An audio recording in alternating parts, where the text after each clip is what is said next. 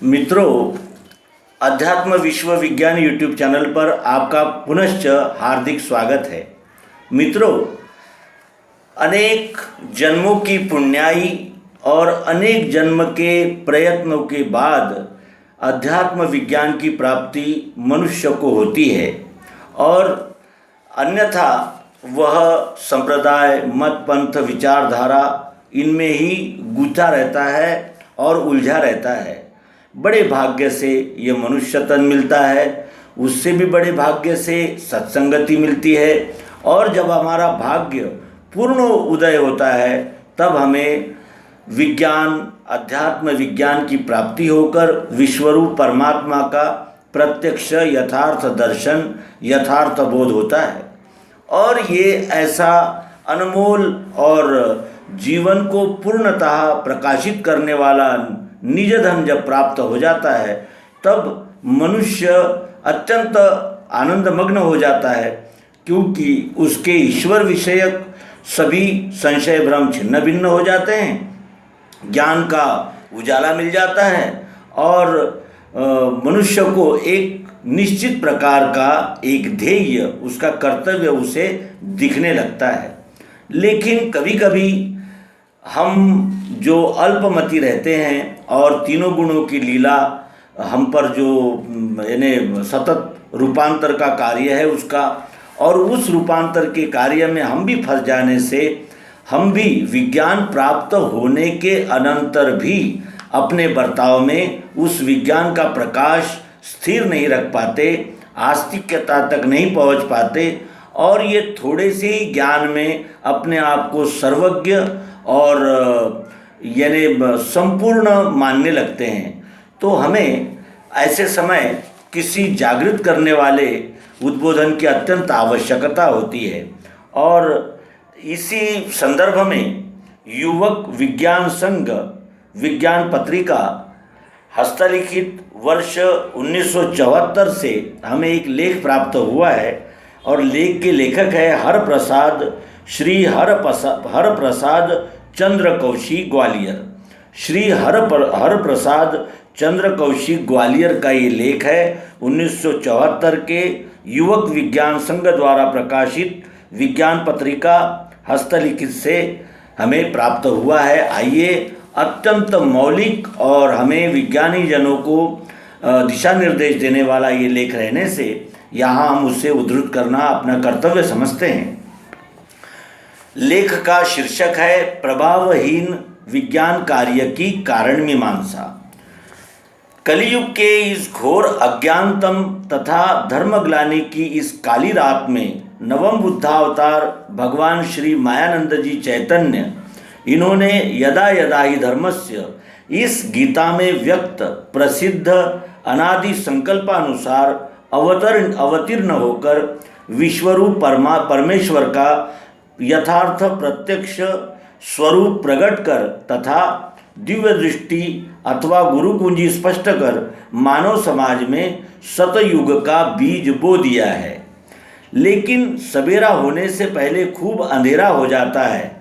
यही कारण है कि वर्तमान समय में प्रचलित जगत में मानव जाति के अशांति के कारणीभूत परमात्मा के प्रति कपोल कल्पित धारणाएं, धर्म के नाम पर ढोंग, स्वार्थ परमार्थ में भेद, वेद अनुभव की जगह वाद विवाद, राजनैतिक आर्थिक धार्मिक पार्टियां, मत पंथ संप्रदाय तथा मनक कल्पित जैन, बौद्ध, शैव, वैष्णव आदि धर्म, जिन्हें दूर करने के लिए मायानंद प्रभु ने संपूर्ण मानव मात्र के स्थायी सुख शांति हेतु मानव मात्र को आनंद देने वाला सनातन ईश्वरी धर्म तथा सत्य वस्तु प्रत्यक्ष कर एवं उसका प्राप्त करने का जो सत्य मार्ग दिव्य चक्षु योग मानवीय जीवन की संपूर्ण समस्याओं का यथार्थ समाधान देने वाला देश काल तथा वातावरण के अतीत अंतिम सिद्धांत हमें दर्शाया है। उसमें भी कुछ मूल लोगों ने पंथाई ढंग तथा गुटबाजी शुरू कर दी है, जो अहम ब्रह्मास्मि वाद की द्योतक है। चूहे को हल्दी की गांठ मिल जाती है तो वह अपने आप को पंसारी समझने लगता है। यही हाल इन कहलाने वाले दिव्य चक्षुवानों का भी हुआ है। परमात्मा के प्रत्यक्ष यथार्थ दर्शन की व्याप्ति जो मायानंद प्रभु ने स्वयं स्पष्ट की है, उसको अर्थात परमात्मा को जानने, देखने और मिल जाने, ज्ञातुम द्रष्टुम प्रवेष्टुम तक न समझते हुए जानने और देखने अर्थात ज्ञान में ही परिसमाप्ति कर देते हैं, जो कि अपरोक्षों में का परोक्ष ही होता है। यद्यपि सद्गुरु विश्व वस्तु का अखंड अनुभव ही देते हैं, परंतु लेने वाले को प्रथमतः स्वानुभव ही होता है। तत्पश्चात निज भूमिका अनुसार मनन निधिध्यास होते हुए आत्म साक्षात्कार होने के उपरांत परमात्मा दर्शन स्थिर होता है, जहाँ पर स्व का अनुभव में मिलान हो जाने से शेष सद्गुरु अनुभव ही रह जाता है। किंतु बहुधा प्रथम भूमिका में ही सूक्ष्म काम के, जिसे श्री कृष्ण जी ने महाअघासी विज्ञान नाशी कहा, यह ज्ञान विज्ञान को किस तरह नाश कर देता है तथा अर्जुन को इससे बचने के लिए बार बार संकेत किया है, उसके वशीभूत होकर स्वानुभव को ही अनुभव समझ लेते हैं तथा सद्गुरु को आत्मसमर्पण न होने के कारण अहम ब्रह्मास्मि में ही अटक कर रह जाते हैं तथा सर्वम खल्विदम ब्रह्म की सर्व ऐश्वर्यमयी अनुभूति के परमानंद से वंचित हो जाते हैं। यथार्थतः इन लोगों को स्थूल अर्थात पांच तत्व बोध भी पूर्णतः नहीं हो पाता। फिर सूक्ष्म त्रिगुण की कार्य प्रणाली तथा एक ही अधिष्ठान में भिन्न भिन्न रचनात्मक कार्य एवं उनकी अभिव्यक्ति की कारण मीमांसा ज्ञात अर्थात स्वानुभूत न होने से चातुर्वर्ण्यम मया सृष्टम गुण कर्म विभागशः इस सिद्धांत का आकलन नहीं हो पाता, जिसके परिणाम स्वरूप वर्ण कर्म की ओर दुर्लक्ष्य होकर वर्ण संकर वृत्ति में ही लिप्त रह जाते हैं, आत्मोद्धार ही नहीं कर पाते। फिर विश्व कल्याण तो दूर ही रहा, कर्तव्य की पराकाष्ठा ही स्वर्ण कर्म निष्काम भाव से होना है, जिसका महिमा गान श्री कृष्ण जी ने स्वधर्मे निधनम श्रेय कहकर किया है। इस प्रकार विश्वरूप परमेश्वर की अनन्य उपासना का स्थायी लाभ उन्हें प्राप्त नहीं हो पाता, बल्कि सूक्ष्म रूप से द्वैत बना ही रहता है, जिसे वे कितने ही शब्द पांडित्य तथा भाषा कौशल्य से छिपा नहीं सकते। इन लोगों में सूक्ष्म रूप से यही धारणा रहती है कि मैं परमात्मा को जानता हूँ, इसलिए उनमें अनन्य भक्ति का उदय न होते हुए मेरा ही सबों को ध्यान रखना चाहिए तथा मैं जो कहता हूँ वही सबको मानना चाहिए। इस प्रकार प्रभु को एक तरफ रख अहंकार युक्त हो उसकी प्रभुताई पाने की अनाधिकार चेष्टा करने लग जाते हैं एवं ते सुरदुर्लभ पदार्थ पाए के पतित हम देखे हरि।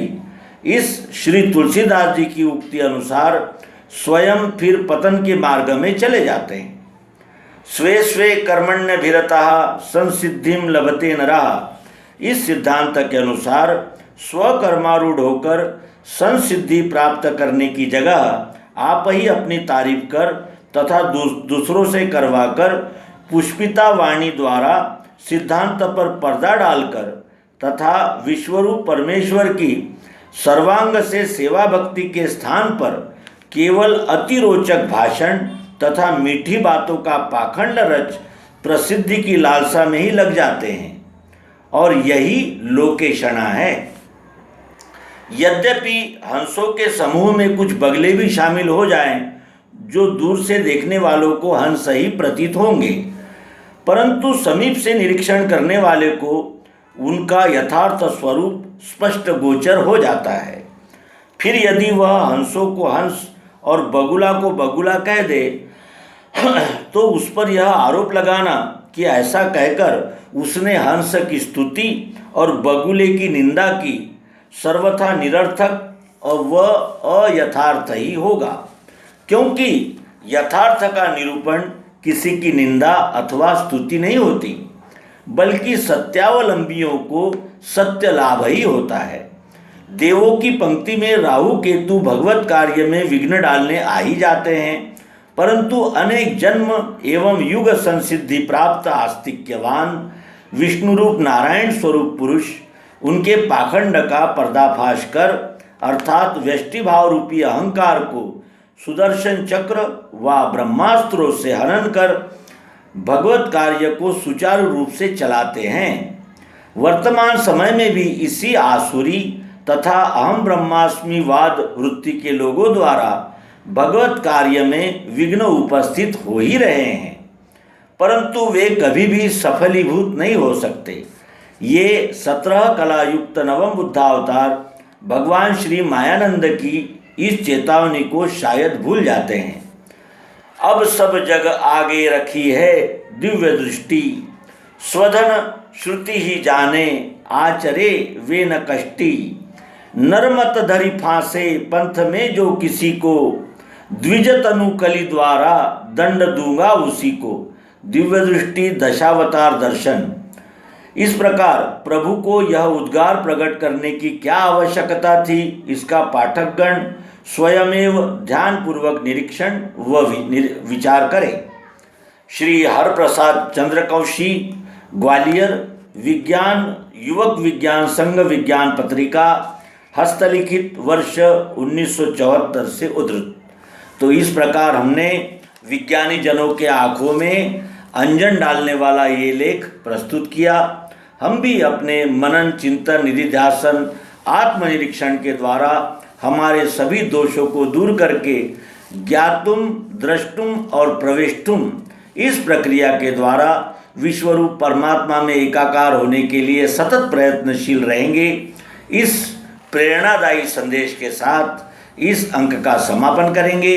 आप सभी को हार्दिक शुभकामनाएं।